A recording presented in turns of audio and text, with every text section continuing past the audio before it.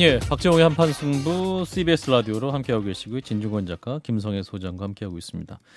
자, 이태원 압사 참사 사흘째입니다. 오늘 안타깝게 사망자가 한 명 더 늘어서 156명이 됐고 현재 부상자 40명을 입원 중인 상태죠. 응급의학과 전문의 이 시간 연결해서요.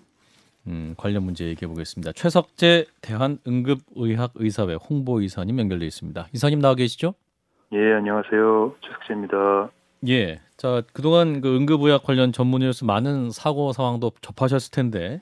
네. 자, 이번 이태원 압사 사고를 보시면서도 우리 이사님도 그 큰 충격을 받으셨을 것 같습니다. 어떠셨습니까? 네, 맞습니다. 15년 동안 응급의학과 의사로서 응급실을 지켰지만 이렇게 젊은 생명 여러분들이 한꺼번에 유명을 달리하신 것을 보고 참 이루 말할 수 없는 비통함을 느꼈습니다. 고인분들 명복을 일단 먼저 빌고요. 또 아직 투병 중이신 환자분들 빠른 쾌유를 빕니다. 예, 그 희생자 한 분에 대한 시신 부검이 있었는데 그 질식사 추정이라는 1차 구두 소견이 있었습니다. 또 현장 구호 활동을 하셨던 그 전문 의료진들 말씀을 들어보면 사망 원인을 질식에 의한 외상성 심정지 이렇게 보고 계신데 이게 어떤 건지 자세히 좀 풀어 주실 수 있을까요? 우리가 보통 질식이라고 하면 떡을 먹다가 발생하는 기도폐쇄 이런 경우를 이제 질식이라고 우리가 떠올리는데요. 예. 지금과 같은 외상성 질식은 외부에서 강한 압력에 의해서 호흡을 하지 못하고 의식을 잃게 되면서 심정지까지 이어지는 그런 기전을 말합니다. 그럼 보통 어떤 경우 일어납니까? 그러면 이게 압력이 앞뒤로 강하게 오는 경우 이런 경우일까요? 네, 맞습니다. 보통 외상성 질식은 갑작스런 엄청난 힘이 흉부와 복부에 가해질 때 이럴 때 발생을 하는데요. 제일 대표적인 상황이 안전벨트를 매지 않은 상태에서 교통사고 때 발생을 합니다. 핸들이나 대시보드에 가슴을 강하게 부딪히면 갈비뼈 먼저 손상이 되고 폐손상도 이어지고 더불어서 그 안쪽에 있는 대동맥과 대정맥에 강한 압력이 가해지면서 얼굴과 상지에 점상 출혈과 심한 부종이 발생하게 되고요. 안구 결막 출혈 같은 경우도 같이 발생을 하게 됩니다.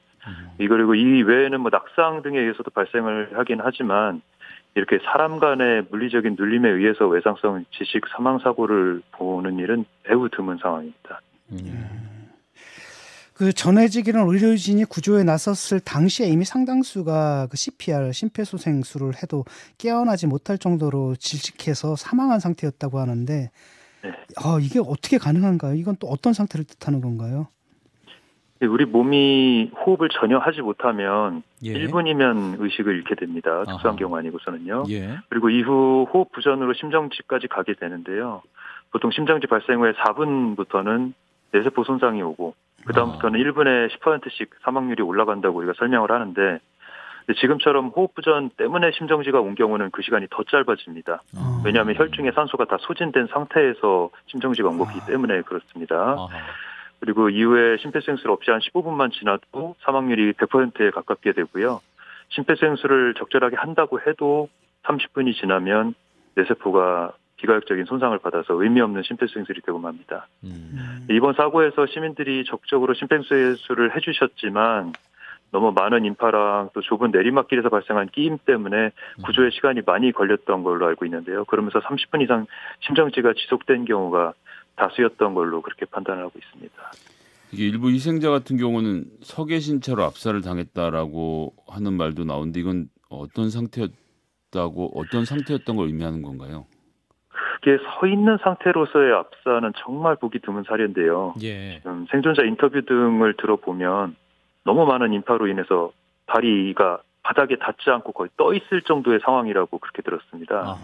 네, 그 정도의 외력이면 흉부에 가해지는 압력도 굉장히 큰 거거든요. 그런 상태라면 서 있는 상태에서의 외상성 질식에 의한 심정지도 가능하다고 그렇게 보고 있습니다. 그래서 아무래도 여성들이 더 많은 피해를 보셨을 수도 있을까요? 네, 이런 상황이라면 남성 여성 다 위험하지만 특히 자기 흉곽을 보호할 수 하는 힘이 좀 약한 여성이나 어린이, 노인분들이 더 큰 피해를 입게 됩니다. 그렇군요. 이제 아까도 보면 이런 상황이면 그 골든 타임이 되게 4분으로 보고 있는데 이렇게 좀 호흡이 부족한 상황이면 이 4분부 오히려 더 부족한 시간이 될 수도 있겠군요. 이렇게 어려운 상황이라면. 맞습니다. 네네. 이미 호흡 부전으로 심정지가 온 거라면 4분이 아니라 1분도 부족한 상황이죠. 체내에 산소가 없는 상황이니까요. 예. 지금 현장에서 이제 구조된 생존자께서 그 다리 사진을 찍어 올린 분이 있으세요? 그 양쪽 다리 허벅지부터 종아리까지 전체 피멍이 들은 상태의 사진이 있었는데 네네. 그 이사님께서 사진 아마 보셨을 수도 있는데 이런 상태는 어떤 건가요? 멍이 굉장히 심각해 보이는데 압력에 의한 상처라고 봐야 될까요? 단순히 압력에 의한 거는 맞는데 저도 사진을 봤습니다. 예. 얼마나 큰 압력이었을지 예상이 되는 그런 사진이었는데요. 예. 여기 양쪽 하지 전체에 피하 출혈이 광범위하게 생겨 있던데 그 정도 압력이 주어졌으면은 아마 대퇴부 근육이랑 종아리 근육에도 소상이 꽤 있었을 거고요. 그렇게 되면 전해질 수치 검사 받고 수액 치료를 해야 되는 상황이라는 생각이 들었습니다. 이런 경우가 이제 크러싱 인저리, 이제 앞뒤 손상이라고 하는데요. 예. 심한 근육 손상이 발생하면 그 깨진 근육 세포에 있던 칼륨이나 칼슘 같은 전해질들이 혈중에 급격히 농도가 올라가면서 심정지를 후에 일으킬 수도 있기 때문에 빠르게 수액 치료를 하면서 혈액 검사 결과를 지켜봐야 하는 걸로 되어 있습니다. 그럼 그 사진 올리신 분 당장 병원에 가셔야겠네요. 그 정도라면 소변 색깔 먼저 좀 보셔야 될 것 같고요. 병원 오실 상황 안 되시는 분들도 있을 거예요. 지금 피해 현장에서 나오신 분들 중에. 그런 분들은 이제 병원 오실 수가 없으면 미리 물을 좀 많이 드시고요. 소변 색깔을 보시면서 소변색이 만약에 적갈색으로 변하거나 붓기나 피하 출혈이 당연히 심해진다 이러면 바로 응급실로 오셔서 입원 치료를 하시는 게 맞습니다. 당장 눈에 보이는 증상이 없더라도 말씀하신 대로 소변 색깔이라든지 어떤 특이한 증상이 있으면 바로 병원을 가셔야겠네요. 맞습니다. 그 외에 또 어떤 점을 주의하셔야 될까요? 현장에서 생존해 오신 분들의 경우에.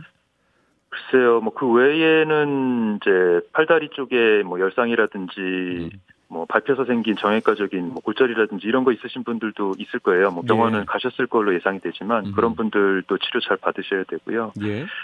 그 외에 이제 눈에 보이지 않는 부분들은 이제 앞에 말한 부분들이 가장 중요할 것 같습니다. 예. 근데 이전에도 보면 콘서트에서 가수를 가까이 보기 위해서 이렇게 이제 무리하게 가다가 사고가 있었던 도 있었고 우리가 이제 출퇴근 지하철 같은 경우 보면 저희가 이제 와서 보니까 굉장히 위험한 행동이었는데 이제 사람들을 일부러 밀어 넣기 위해서 뒤에서 밀어주는 분도 있지 않습니까? 예전에 그랬었죠. 네. 예, 이건 굉장히 위험한 거였군요. 생각해 보면 지금 그렇습니다. 예, 어느 정도 밀도의 사람들이 정해진 밀도를 넘어가면 위험성이 생길 수밖에 없죠. 예. 거기에 사람을 한 명이라도 더 넣기 위해서 밀어넣는다는 것은 사실은 굉장히 위험한 행동이라고 봐야 됩니다. 예, 이건 지하철을 타는 어떤 규칙 하에서 해서는 안 되는 행동으로 규칙을 정해야 될 것 같고. 그 거꾸로 지하철에서 그런 경험이 있으니까 거리에서 그런 경험이 있어도 그냥 그것에 대해서 위험을 저희가 따로 감지 못했을 가능성이 미는 것에 대해서. 예. 아니 근데 만약에 정말 그런 일을 당해가지고 내가 넘어졌다라고 했을 때는 어떻게 해야 되나요, 그때? 그런 인파가 많은 데서 넘어지면 정말 큰일 나죠. 사람 많은 곳에서 한번 밟히고 묻히버리면은 그 뒤에 있는 사람들은 이 사람 넘어진 줄 모르고 지나가기 때문에 사람 많은 곳에 가는 것 자체를 일단 피해야 됩니다. 넘어졌다면 바로 소리를 질러서 도움을 요청을 해야 되고요. 넘어진 사람 주위에 있는 사람들은 공간을 확보를 해주고 일어날 수 있게 도와줘야 됩니다. 그럼요. 당연하죠. 만약에 넘어진 게 아니라 의식을 잃은 상태에서 쓰러진 거라면 안전한 곳에 눕히고 119 신고 바로 하고 심폐소생술을 시작해야 됩니다. 예, 바로 CPR을 실시해야 된다. 근데 아래 깔린 사람을 구조하려고 팔을 당기는 행위는 위험할 수도 있다고 하던데 그게 맞나요? 팔만 당겨서는 사실은 문제가 해결되지는 않는 거니까요. 끼인 곳의 압력을 풀어줘야 해결이 될 텐데 근데 팔을 당기는 행위가 문제라고 우리가 말을 하는 거는 어깨 관절이나 팔꿈치 관절 빠지는 거, 손가락 빠지는 것 때문에 그런데 사실 끼어 있는 사람 살리는데 이제 관절 손상이 문제가 아니겠죠. 그 부차적인 문제일 것 같습니다. 예, 그렇군요. 그리고 이제 이번에 심폐소생술을 합니다만 그 현장 인력이 부족해서 지나가는 시민들에게도 심폐소생을 도와달라고 요청한 사례도 있었는데 그때 일각에서는 숙달되지 않은 일반인이 그 CPR 심폐소생술을 할 경우 오히려 위험할 수도 있다 이런 말씀도 있던데 어떤 게 맞는 겁니까? 일단 심폐소생술을 어떻게 하는지 잘 숙지하고 계신 분이라면 도움을 주셔야 하는 게 맞겠습니다. 예. 그 위치나 속도나 깊이 이런 거를 정확하게 잘 모르시는 분이라면 조금 위해를 줄 수도 있는데요.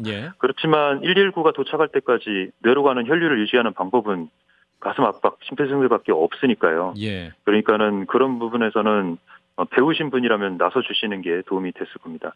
이후에 119가 도착하고 나서 디마트 팀이라 그래서 재난재해 대응팀이 같이 도착을 하게 되거든요. 이번에도 빨리 출동을 했고요. 그렇게 되면 공간을 내어주고 출동한 분들이 기구나 차 갖고 들어올 수 있게 비켜주는 게 맞겠습니다. 안타까운 것 중에 하나가 현장 영상 보면 동영상 찍으면서 주위에 둘러보면서 구경하는 사람들이 있더라고요. 이렇게 되면 구조에 방해만 주고 그 사람들 피해자들한테 2차 가해를 하는 거랑 같습니다. 이 성숙한 시민의식이 정말 아쉬운 장면이었습니다. 예. 자, 마지막으로 이번 사고 참사를 보시면서 우리 응급의료 체계에서 개선돼야 될 부분은 어떤 부분이 있을까요? 이 부분 짚어주시고 마무리하겠습니다. 일단 이런 대량 재난재해 사고는 예방밖에는 방법이 없습니다. 예. 제일 먼저 이런 축제 같은 사람이 많이 모일 것으로 예상되는 경우는 미리 동선 파악해서 경찰 배치하고 사람 몰리지 않게 어느 정도 이렇게 적절한 수준이 되면 못 들어오게 하고 이런 조치 당연히 취했어야죠. 그리고 내리막길 같은 위험한 구역, 좁은 구역 이런 데는 사전 차단을 하거나 아니면 통행을 한 방향으로 해서 원활하게 진행이 되도록 관리했으면 어땠을까 하는 생각이 들고요. 이번에 이제 서울에서 벌어진 사건이고 그다음 최근에 여러 사건들로 인해서 재난재해 팀이 구성이 되었었고 그 부분들이 빨리 이번에 대응이 되었고 또 119 그 소방에서는 그 격상으로 단계를 빨리빨리 올림으로써 대응을 했던 걸로 봤을 때는 저희가 판단했을 때는 그런 부분은 비교적 잘 된 걸로 생각을 하고 있습니다. 예, 현장의 동선이라든지 구역 내 사람이 얼마나 밀집됐을 때 그 어떤 대책이다 이 부분 좀 세밀해질 필요가 있겠다라는 말씀이네요. 네, 그 부분이 아주 아쉬웠습니다. 네, 여기까지 말씀 듣겠습니다. 고맙습니다. 네. 네, 응급의학과 전문의시죠. 최석재 대한응급의학의사회 홍보이사였습니다. 좋아요, 구독, 알림 설정.